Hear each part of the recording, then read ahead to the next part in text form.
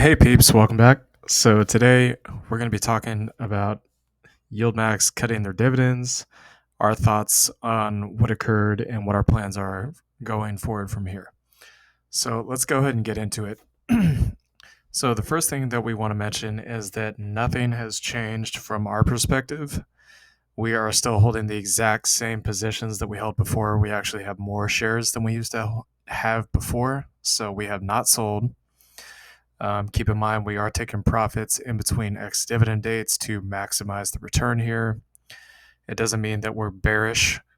We're not bearish on these funds. We're actually extremely bullish, especially since they represent the biggest tech companies in the world. We just want to make twice the amount of money. Not everybody wants to do that, and that's fine. So as you guys can see here, still have TSLY on this dividend portfolio. We still have all of our shares here. We still have OARK, Clip, TSLY, APLY. We actually added some FB this morning. We still have one share of Coney. They haven't paid out yet, so we're going to try to accumulate some before the next ex-dividend date.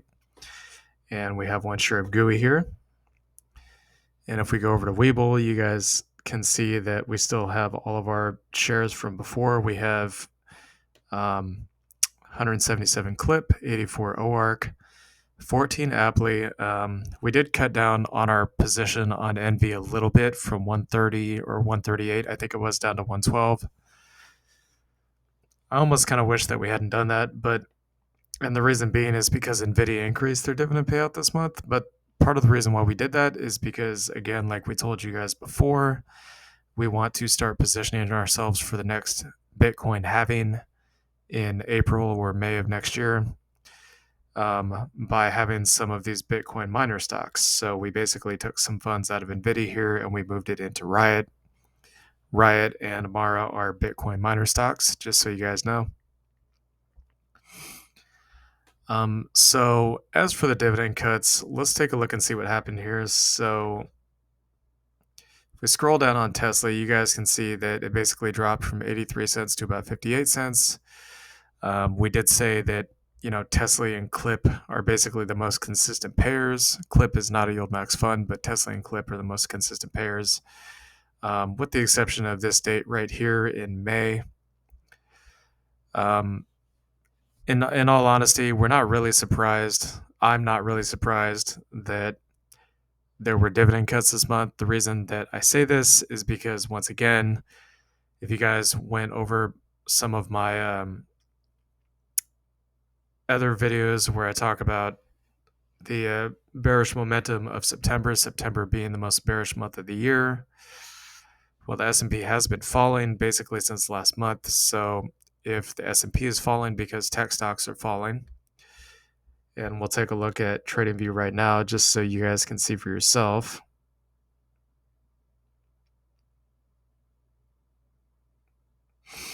You can see a lot of these stocks are falling. You got Tesla's down, Nvidia's down, Netflix is down, Meta's down a little bit, Amazon and Apple are up. But if we take a look at the charts, we'll actually scroll out to a bigger time frame here so you guys can see what I'm talking about. I mean, Apple has kind of had a little bit of a drop here. You can see it's had about 11% drop. Amazon's actually been doing pretty well, which is probably why AMZ paid so well this month. Coinbase has kind of had a little bit of a drop, which is not really surprising. We basically are in a bear market right now in crypto. It's about 27% on that one. We'll just take a look at the favorites for now. We're not going to look at every single stock. So you got Tesla's currently down about 17% from the peak, although it's had a slight bounce here on support. NVIDIA just had a pretty decent drop, and I'm not sure if you guys noticed, but NVIDIA did fall from $24 to $22. Again, that's the reason why we take profit in between, because you never really know when these stocks are going to drop. So it's always good to take money on the way up, not financial advice. So those are just some examples of what's going on with August, September momentum. Again, August, September And sometimes even halfway through October is typically the most bearish months of the year, historically speaking. So TSLY had a cut. If we go back here, give me a second, I got to get to the other pages.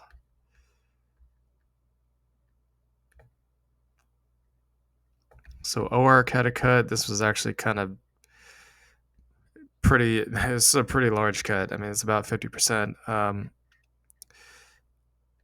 So yeah, I mean, this thing had a cut, but again, it's not surprising. These are options plays, so the premiums are going to be all over the place. As you guys can see here on QYLD, this is the NASDAQ 100 covered call ETF by Global X. They've been paying a distribution since 2014, but if you guys take a look, a bird's eye view at the distributions, you can see that it's really kind of all over the place. You got 12 cents, 9 cents, 12 cents, 14 cents. I could go on and on about this, but it's never consistent. Okay. It always goes up, always goes down. That's the way that options plays work. Just got to get comfortable with the idea of that being the reality. And, just understand that when the markets go up, the dividend will probably go up. I don't know that for sure, but we saw nvdy go up and the dividend for that went up, but we saw TSLY go down and the dividend went down. So seems pretty common sense, right? So Aptly had a pretty large cut. That is unfortunate because I wanted to stack up some Aptly, but we're actually going to tell you what our plans here are in a minute for these funds. So there's that. And then I'm not going to go over all of these. I'll just go over the top 4 for now since the other ones are relatively new. And nvdy had a pretty large move up. And that's most likely because the price of nvidi went up and it was extremely volatile during the month of August. So, in terms of the dividend cut, we're going to take a look at a few other funds besides QYLD, okay? So, RYLD is another Global X fund. As you guys can see, they've kind of cut their dividends down a little bit, basically since the bear market of last year. Again, if the markets are going down, the dividends are probably going to go down. You guys got to remember that these funds have to have money in them to be able to operate. So if the markets or the underlying stock is going down in value, like with the YieldMax funds, and they're designed to replicate the price action of the underlying shares, then let's say Tesla, for example, or Tesla. If Tesla is going down, then Tesla is going to go down. Well, at some point, they're going to have to protect their capital to be able to pay out a distribution. So, if I had to choose between not having a distribution and having a distribution cut, I think I would take the distribution cut because they can always raise it again in the future when the price of stocks go back up and the Fed stops raising rates, markets rip to new all-time highs. That's definitely the time to be in because that's when everything goes up. So we'll take a look at RYLD. I'm just going to take another look at another one. This is actually a quarterly dividend paying growth stock that recently just had a dividend cut. As you guys can see, this thing pays quarterly. It just had a huge 50% cut.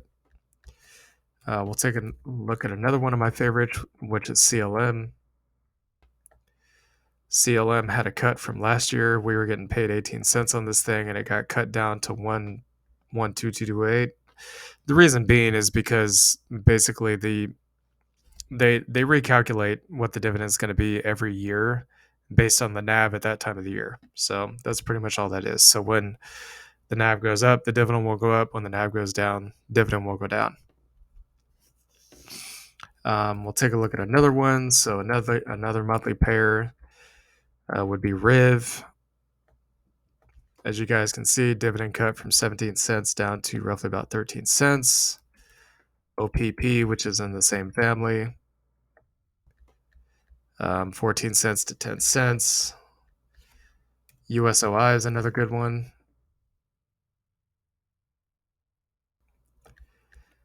You guys can see, just like the YieldMax funds, this thing's all over the place, but we're invested in it. It went from 117, 167 down to 81. I'm trying to think of what another good one would be that I can show you guys. We'll do asphalt too. That's a really popular one too. I don't think this was necessarily a distribution cut, but as you guys can see, this thing was paying 32 cents for a long time, and it dropped it down to 30 cents. So, um, you guys just got to keep in mind that the Fed has been raising rates since March of 2022. Okay, so that's almost a year and a half. In my personal opinion, I think they're pretty much at the end of their tightening cycle. I think that they're probably going to start cutting rates, just my opinion, by the end of this year, maybe the beginning of next year at the latest. And as a result of their Fed hikes, basically what that does is that tightens monetary policy, that tightens the economy, and the interest rates are designed to cool inflation. When inflation cools, the economy slows down. Um, Typically speaking, there's layoffs, which means that there's not as much demand for products and services from businesses, which means businesses slow down and their balance sheets have to tighten, which means they can't necessarily pay out as much unless they're dividend growth stocks like Pepsi and some other companies that have been raising their dividends for decades. So that's kind of the synopsis on that. Do I think that every company is going to have a dividend cut? No, I don't. Honestly, I don't. A lot of these guys are pretty well positioned to continue paying into the future, no matter what the Fed is doing. And the Fed is not going to raise rates forever, guys. Eventually, they will cut. They'll have to cut. Next year, the presidential elections are going to take place. If the Fed, if the, let's just put it like this: if the markets are looking really bad by the end of next year, whoever the next president is, it could really it could really irritate that president, and they could decide that, you know what, hey, we don't want Jerome Powell as our Fed chairman anymore. We don't want these Fed members anymore, so we're going to fire them all. There is a real risk that they could lose their jobs by not cutting rates before the end of 2024. It happened with President Trump back in 2018 when the market tanked during the end of the year. That's because the Fed was raising rates, and Trump said, "You're not going to do that. You're gonna start cutting now. Or we're going to fire you. We're going to take your job." And so they started cutting rates. Anyways, enough of that. So here's what our plans are going forward with the YieldMax funds. We're going to go back to the main website here. So what we want to do is we already have a pretty large position in these. So we have about 300 shares of Clip, 600 shares of TSLY, 130 shares of OARK, 25 shares of Aptly, and 120 shares or so of nvdy. We did not think that YieldMax was going to come out with so many different funds, and it sounds like they want to do more, and that's fine. But because they have so many different funds out, what we're thinking we're going to do is we're just simply going to pick up roughly about 20 to 25 shares of each. So 20 to 25 AMZ, FB, GUI, Enfly, Coney, and then these other three when they come out, and anything else that comes out. The reason being is because we only initially intended to put basically 50 to 100 shares into the first 4 or 6 positions. That's all we assumed they were going to do. But we do want to have exposure to everything. We only have so much capital to work with, so we would like to have at least 20 shares of each of these. And we would like to bump up some of our other positions aside from these that we have that we don't have at 50 to 100 shares yet. And a lot of these stocks, well, basically more or less all of these stocks are deep discounts right now. We want to be able to take advantage of that. And we also want to get ourselves positioned starting next month for crypto. We've actually decided to front run that a little bit ahead of time because of the Grayscale news and the possibility of a spot Bitcoin ETF being put onto the market, which would again bring probably hundreds of billions, if not trillions of dollars into crypto. So we wanted to basically front run that in the event of the possibility of that happening. If it doesn't happen, well, the Bitcoin halvings next year, so it's really not that far away. As for the YieldMax funds, I mean, guys, I wouldn't worry about it. Chances are pretty good this is probably going to be the lowest distribution of the year, again, because September is bearish. The distributions will go up and down. That's going to happen. At some point, they'll increase the distributions. Tesla will be back up at 80 cents, most likely. Don't quote me on this. But they're not going to be this low forever. So anyways, hope you guys enjoyed this commentary.